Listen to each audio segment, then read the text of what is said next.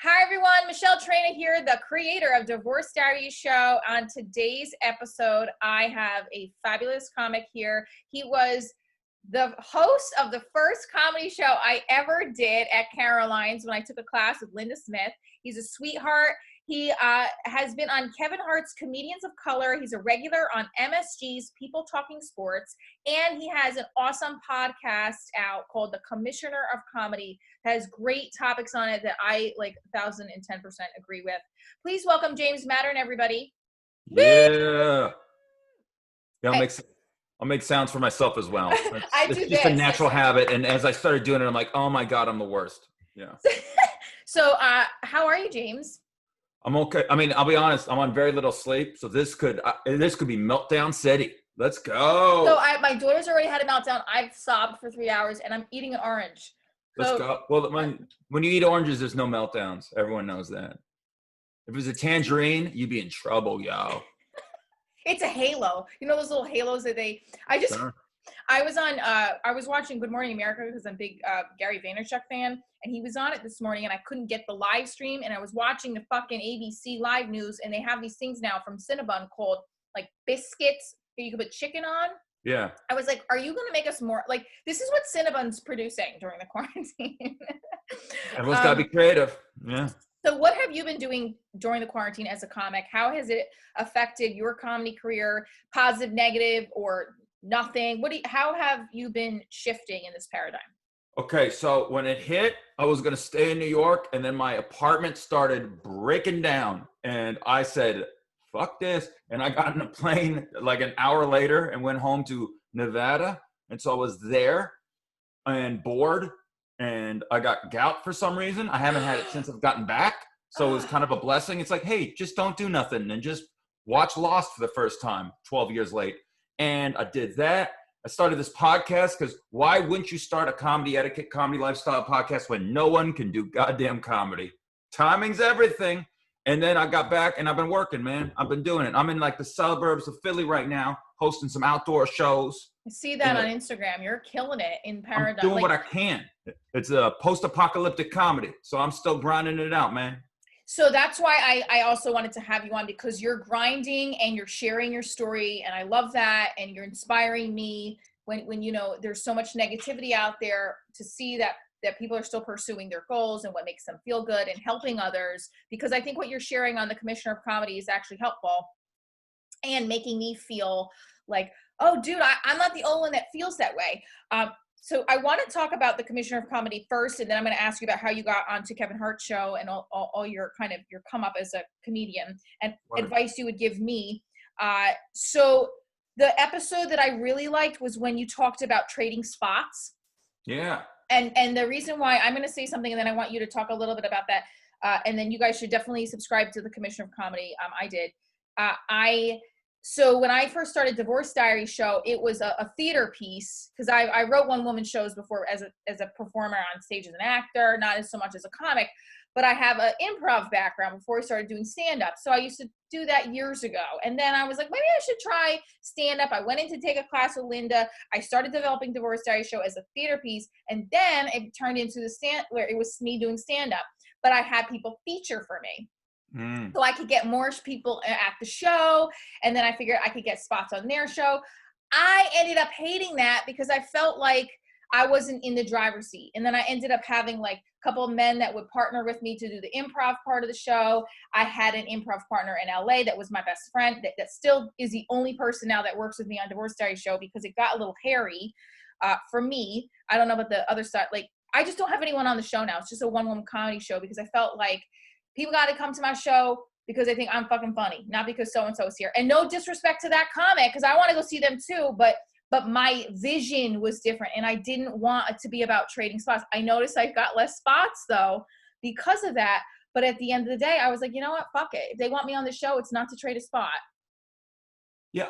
Ultimately, you want to stand on your own 2 feet, right? So one of the problems is I've seen a lot of people who've been doing stand-up for, I've been in New York since 2006. I've seen people who've been doing stand-up since 2006, and their talent level, in all due respect, is not much different than what it was in 2006. And one of the reasons is because there's no stakes when they if you bomb, you can just, someone's going to put you up on their show because they want to work your goddamn show. So there is no risk reward to it. It's just reward. Go out there and just piss on your own foot because you're going to do her show next week. So why care? So that's what the problem is. You're trying to actually get good and be good and do that. And so hopefully you people will be like, oh man, she's undeniable. I want her on my show with no questions asked. So that's what it's about.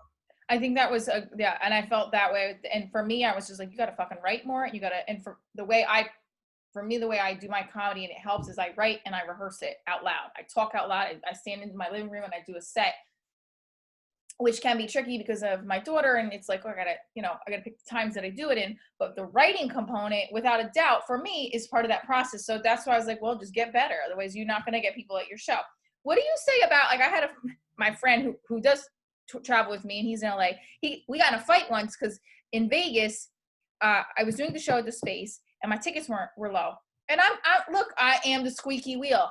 I'm not, not everybody knows me yet, but I'm doing everything I can to get my content out there. And so when you go to these cities and you got to plug your show and your tickets aren't like 100, I don't care. I'm like, I got 30 there. 30 people are there for me, Yeah. and the bookers don't see it like that. And I get that, but I still get in their face about, hey, you see me getting all my press on my own. You see me doing this. He said to me, my friend goes, you better start having people on your show. That's what you're going to have to do. And I got in such a fight with him about it because I was like, have you not been listening to me? What do you say about with comics who have like my vision of like my show and getting your tickets up? What is your best piece of advice? Well, I mean, it's the same thing everyone has with like their podcast, and that it's just time, and you keep just focus on the content. You can get caught up in numbers, but the numbers don't matter, right? Because ultimately, you just want to do good work and make the people who are coming to see you count more. That's all it is. So if you're I love that. The people who are coming 30, to see you count more. I love that. Yeah, Sorry. you only got 30. Well, yeah, if they're 30 good, if they're ride or die, that's all you need, man. It's just like, what do you want? Like 1,000 friends, or do you want like 3 good friends? So of course you want to get paid and all that, but it will come, man. You just have to do work first and the love of the game first, and make a commitment to yourself, and just ask yourself, like, what if no one else comes on this journey? Are you okay with that? Do you still want to go on the goddamn journey? And if the answer is yes, then there's a chance that you can grow it. And if not, well, who cares? You already said it's fine. Done. I love that because I'm juicing in the juice of my orange and James Mattern having the best fucking, like, I have the same exact feeling about that. When I was in Birmingham, I had 3 tickets sold prior, and the guy's like, dude, how many? And Jay Moore was supposed to be at the bigger room at the Stardome. Wow. And I was freaking out. I was like, dude, what the fuck? It's 2 days away. And I called law firms, and that's part of my marketing strategy. But I'll be honest with you, in this past February, when I was usually marketing, I had lost my dad in December. So wow. I had less of that, and I was finishing, I left my school district. So I'm not a full-time teacher anymore. I just perform and I run my company. So I had more time now to promote shit and do the content. But at the time I was so like, oh my God, waited with a lot. And that third show had taken a slack back. Like it wasn't selling as much. So I was so freaked out. I got on the phone and I called and I got people there, and a law firm bought a bunch of tickets. And the group that came that night got real niche-y. And we got I stayed in touch with some of those people still. I had and it was like that feeling of like, oh, I'm creating. And then during the pandemic, I created this virtual edition of Divorce Diaries where I know everyone hates the Zoom shows, but I started to create this little crowd, even 5-6 people that come in. Like I have a dude that follows me from the Netherlands and pops in, like he bought a ticket from Flappers to come to the show, and he lives in the Netherlands. I was like, as long as you're not asking me to send you nudes, let's do this. Well, please make that your memoir title. As long as they don't want nudes, come on in. That's how you come up with a title to a book. How did you get on? Talk about your Kevin Hart Comedians of Color. Can you talk about how you got on that? Pure accident. Just absolute accident. Just swear to God. I had hosted auditions for Just for Laughs for the Montreal Festival. And finally, because I don't like to bother anyone, people told me you got to be a little aggressive with stuff. I finally just, when one of the producers was like, great job, we'll figure out something for you one day. I just like, yo, I do warm up for TV too, because I knew that guy did TV production as well. And then I had basically weeks later given up, and I even told a couple close friends, I'm like, man, they're never gonna book me there. It's okay. And then like the next day, I woke up hungover after telling one of my good friends that I felt like Eminem in 8 Mile. I was like, something's gonna happen, and I get a call. And then I had to go, like, it was like 8 days away. I mean, it was so close. And then I was just doing warm up. And then after my first night, it went all right, I thought. And I met Kevin, and he gave me a nice compliment as like a host warm up. And I hit him in the chest, which was like, yeah, thanks, man. And he was like all brick, and I fell like off a stair off it.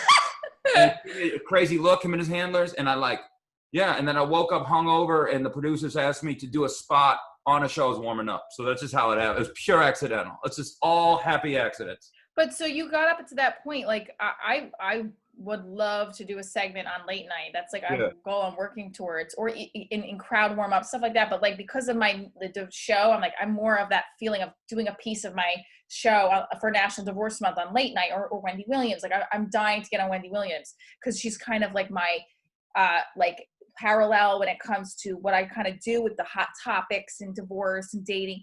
How did you start? Was it just over time you kept doing spots and you kept auditioning? Did you send packets to do certain things? None of that. I dude, I've sent like two things that I don't even know if I ever got looked at. It was just pure accidental. I've just maybe detrimentally, I've just been on my own path. I used to barely do any jokes. I used to just riff like I was trying to be a modern day Don Rickles. And then I decided to start doing jokes and whatever. Everything I've gotten basically is happy accidents, and through like usually like comedians hook each other up. You'll notice that the comics will look after each other quite a bit. You'll get work that way. Some people work on sets all the time. I mean, if you want late night, that's the way to do it. Packets. I'm not really a writer. I did one packet. I didn't get hired, but I became a regular on the thing. It's just what it is. But that's good, because you got. And how do you, like, I was like, I don't know what template to use. I have a friend who showed me his SNL packet. I have just written in my own way. Like, I have it written in as a script, but like from a theater background, you know what I mean? So like, what's the right template are you supposed to use? Or does it not matter? That I do not know, my love, because I am not the writer. I mean, anytime I ask anyone, like I have ideas for treatments, and people are like, oh man, that's complicated. And then it's always like, yo, I gotta go. My wife is blah, blah, blah. I'm like, I thought she was in like Jersey, whatever. So it's a secret to us both. We're both gonna live a mystery of this template. But you got in there. I know what you're saying with happy accident. It sounds like that you get in there and you show that you're available and you're good.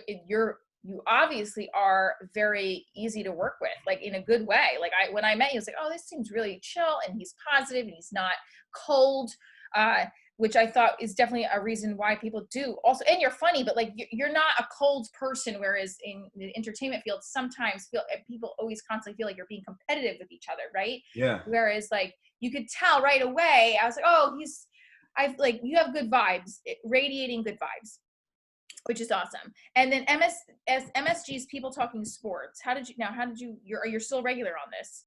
Well, no, I mean, they have a different version of the show. I think they still show old MSG loves just showing old episodes of stuff. I was on like another show on there that I filmed all in like one day. And then like 3 years later, they're still showing it. And people are like, yo, man, how them royalty checks? I'm like, I don't even know if I got paid the first time. And that was years ago. So what up, dog? It's just what it is. I was going to ask if you don't get no royalty. Yeah, yo, so it's just, yeah. Sam Morrell's my buddy, man. He was the host of the show. Anthony DeVito is the head writer. He was my roommate, good friend. And they're like, we're going to bring you in as a panelist. And so I would sometimes they call me the day of, and I just show up with like a denim jacket I found on my ground that wasn't even mine. And just like, what up, man? And then you meet all these crazy like professional athletes and professional sports writers. And they came in thinking that it was just going to be like traditional. And we have like jokes written. They'll send you like the topics. And it's like, we're sports fans. But it's also like, yo, man, Joel Embiid wants to like drink bathwater of Scarlett Johansson. And then we'd have like jokes. And this writer's like, well, it's the off season. He should be preparing. And we're like, yo, man, just have some fun, dog. And it was just crazy to see who played with us and who didn't. I love that. Well, I have a story about Anthony DeVito. He doesn't know me, but I know a mutual friend because he grew up in Jersey. He's a Jersey dude. Okay, so one of my exes knows him well. Although I'd like to know, I'm gonna try to find to get him on it because one of my exes post-divorce was this Lebanese cop, and we'll be like, yeah, it's my boy Anthony. I see him at Caroline's, but I was like, motherfucker, why don't you ever come see me at Caroline's? And then so his claim he knows Anthony really well, and the who is the one that was with Anthony? Greg Stone. Yeah. We all lived together. Okay, so I'm sure my ex will say he knows you then too. Yeah, it's amazing or what? So I have a question going to now the divorce and diaries of my life. Please. I am a single mom. I date. I have various, I do my exes on the show. I don't have sex with them. I pretend to be them, but sometimes I would still like to do, but then I get attached. So do you have any relationship with divorce? Your parents are divorced. You've been divorced. You have friends that are divorced. What do you think of immediately when you think of divorce? I had a dear friend go through a very bad divorce years ago, and I talked to him quite a bit. And he was living in California, like LA, and would drive me to Vegas when I flew out. To like a couple times he was coming back to Vegas, and I was like doing shows from like Long Beach and then Vegas, and he's like, you got to ride with me. And I'd have to tell the tour I was on. I'm like, yo, man, I got to help my boy. It's also okay because there were some people real annoying on that tour at sometimes. Just me and my boy, and it's just like 10 minutes of like old school like sports and music, and then everything else was just dealing with his divorce and helping him out, man. Now, did he want the divorce, or did it just? I do not think that I don't think the coin went the way he wanted. No, miss. Yeah. Yes. But it's okay. It's better now. Everything's better now. I mean, I feel like I had a lot of pain after my divorce with the men that I dated because they were just like so destructive. Yeah. Like I do you've heard some of this, like I like these big, thick Hispanic men who like are like from the street and can tackle me. And they tackle you. Yeah. Okay. No. Not like they can tackle me in the bedroom. Like I say choke me in bed while we serenade me in Spanish. Don't worry, my daughter's room is closed. But one of my most recent exes was like, he lied about his ex. Well, now it's his wife, really. It's not even his ex. He lied about, so he said they were separated, but they, like in his mind, separated was she sleeps on that side of the bed and he sleeps on this side of the bed. That was in his brain. And I was like, oh my God. And for a year and a half, like I was devastated. He came to one of the shows too. Like he was actively in my life. And when it all happened, his wife called me and she's like, what? I was like, what the fuck? I'm asking you what you think about the situation. And then this bit, if it's like too far, I mean, maybe it's not too far, but I think it's funny. And so like, I want to do it, but I don't want to push the button of like, I'm this white girl pretending to be the Puerto Rican wife, but this is what happened, right? Like she comes on the phone. She goes, what kind of relationship do you have with my husband? And I was like, that a good one? And because I didn't know what to say. And then she keeps going, well, he is a compulsive liar. And he loves me. I was like, lady, what is that, your marriage vows? So like, yeah. And then, but the thing is with the joke is that she has this thick accent, right? And I think it's funny because it's like, well, he's also, but he loves me. And I'm like, bitch, why? Okay. And so then she kept saying to me how she knew. I was like, well, why wouldn't you say something? She goes, because I was collecting evidence. I was like, well, what evidence? Were you swabbing his foreskin? And I mean, there's a lot going on here. Let's just be real honest here. There's a lot going on, and I don't think I'm the person to advise you on this. I'm just being real 100%, my love. So wait, so then she goes, and then she says to me, I was freaking out because I was like, well, have you guys been sleeping together? Because in my naive brain, I thought, no, of course not. But of course he is. And she goes, yes, of course. 2 times a week. And I was like, what? And then I was freaking out. I was like, how many other women are there? We weren't using a condom and like bad stuff. And so she was calming me down at this point in the conversation. Like I was hyperventilating on the phone, panicking because I just went to my gyno to get I was just doing my regular checkup and I had her run the test because we had ended it for like the 7th time. And she goes, no, it's not. I'm doing the wrong accent. But I think you should do the wrong accent with the should, Puerto right? Rican. I think that's how you, if you're going to get away with this, with Okay, the yeah, one yeah. hair, I think you should probably make her French or Italian. Make her French or Italian. I would, but still say she's Puerto Rican, but do the, or a Russian accent. I say just mix match that shit up. Mix match. Okay, because when I do it, when I have done it, I say, I don't know, I'm trying to do a Puerto Rican accent, but it sounds Indian. Sorry, guys. Like, I'm trying to, I say something about that, but. Make her Southern, whatever. Make her Southern. Yeah, my husband is a good man. Great. Boricua. Outstanding. See, it all works out. We just got a workshop in real time. So basically, long story short, it was a crazy situation. And she said to me, no, you're the only one. I was like, what? You believe this? And I had to, whatever, let it be. My father passed and he did not acknowledge it. Now, question from a man's perspective. So we had this relationship, right? Like I don't know. He's a sociopath, whatever. We had a relationship, whether it was crazy or not. My father passed. Do you think the man should have said something to me? The guy who was having an affair with you. No. You guys are done? Yeah, but we worked. Yeah, it's got to go. I mean, but we worked together. It's got to go. Yeah. But if you bump into each other at a coffee shop, maybe condolences. Yeah. But we work together. Boy, this gets stickier by the second, huh? This gets stickier by the second, and I don't know what the fuck I just signed up for. I'm not advising you. What is this? What are we doing? I'm here to give you life advice. What are we doing?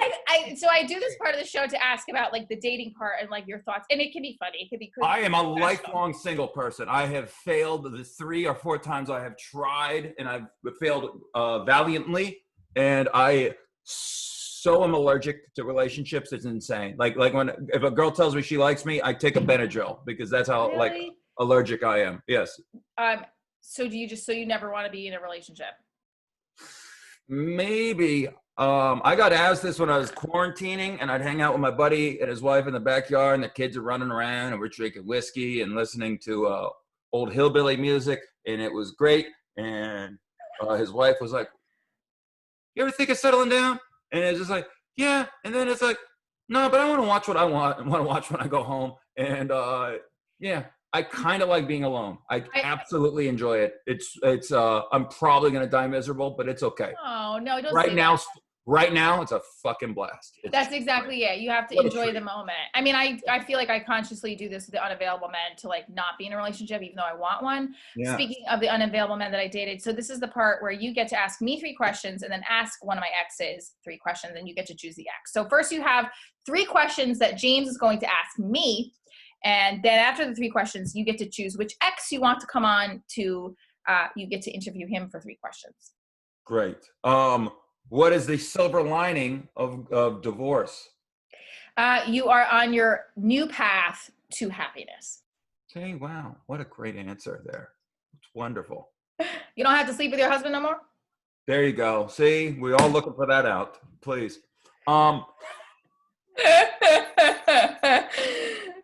If someone was going through a divorce and they asked you for advice, what is the best piece you would give? I feel like the most generic TV doctor ever. Like someone gets brought in for 10 minutes on Dr. Phil. No, I like this question because I don't actually get that one a lot for some reason. And I do a lot of law firm guest speaking on I was a guest speaker on a law firm, a college course for lawyers. Anyway, what's the best piece of advice if you're going through divorce? I'd say start a business, monetize off of the void that's about to be filled with something that you really want to do.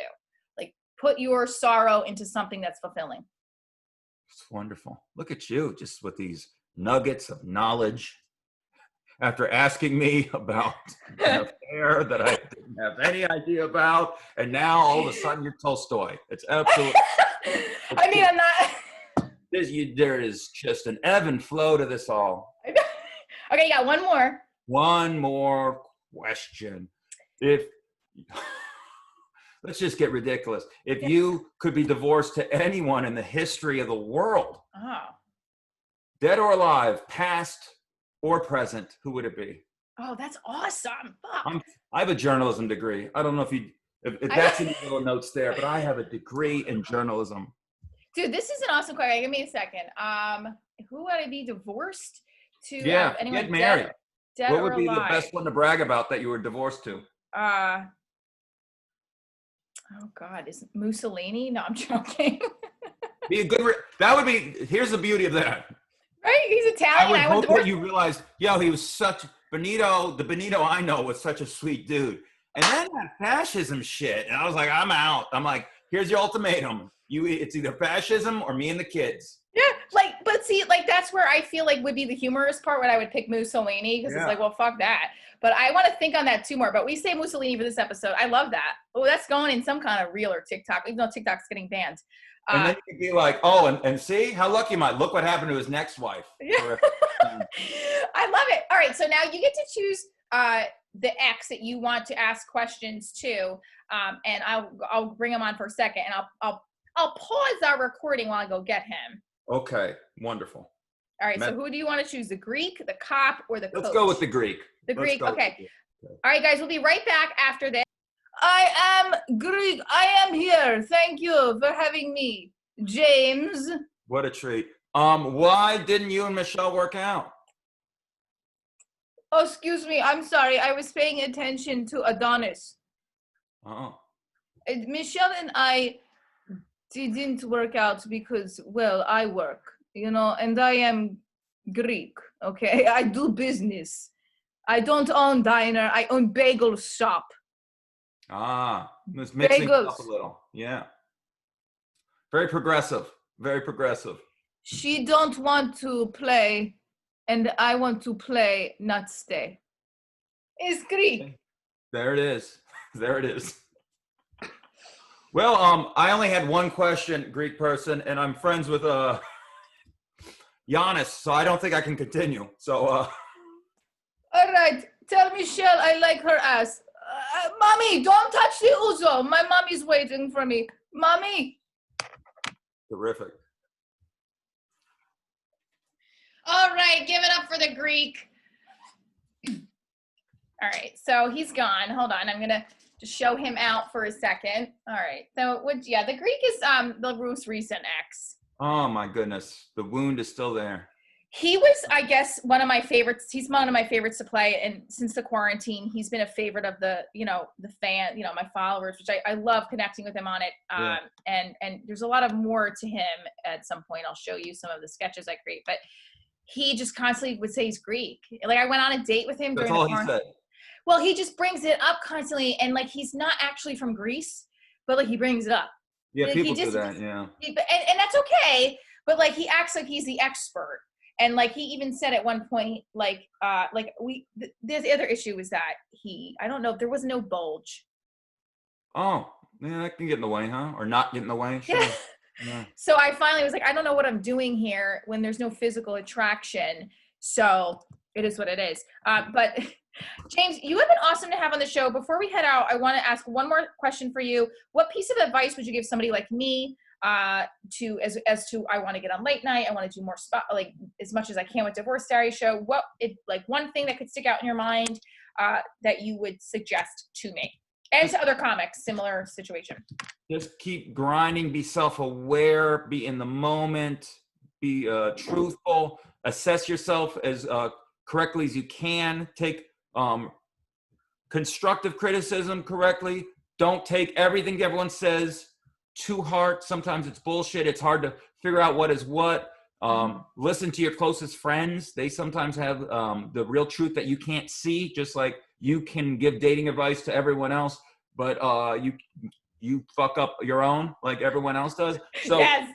Be aware on that, and then just work hard. It's just that. And take the notes that you get. Some of them will be great and some won't be. And even when you're trying for late night, and sometimes you can't take it personal. Sometimes gatekeepers are shitty at keeping the gate, and then you just move on to the next, and you move on to the next, and you pick yourself up. That's it. I love that, James. That's awesome advice. I'm gonna listen to that as I fall asleep at night and do affirmations with it. Seriously. Well, see, this is all I needed on such a wild Friday afternoon. It is. I'm serious. Like, you're giving really awesome. That is an awesome positive. It's affirmation. It's keeping in the grind. And I think that I try to surround myself with people and just things that do that, because you need it. This year has been nuts. But there's also been a lot of silver linings to the year too. So with that said, can you just let everybody know where to follow you again before we close out? Yeah, the James Mattern, Instagrams, Twitter, YouTubes, and then the Commissioner, a comedy podcast, drops every Monday, 4 p.m. New episodes. There's all kinds of old ones. Listen to them, man. It's fun. It's just like, seriously, there's episodes about quitting, whether you should or not. You're going to be told that a lot. Working dirty, heckling. I got one about like the modern state of it, where people are coming out to see you because they've had such a shitty year, and you mean a lot to them and they mean a lot to us, because if they weren't coming out to these outdoor shows, we'd be talking to fucking walls more than we already are. So that's real important. And so it's man, I'm a lifer. So I'm just talking about what I love and what I do, man. So that's what it's about. Well, you made my day today, and I hope to have you on again and chat with you and see you again in person. And thank you guys. Tune in to Divorce Diary Show next time. Thanks so much.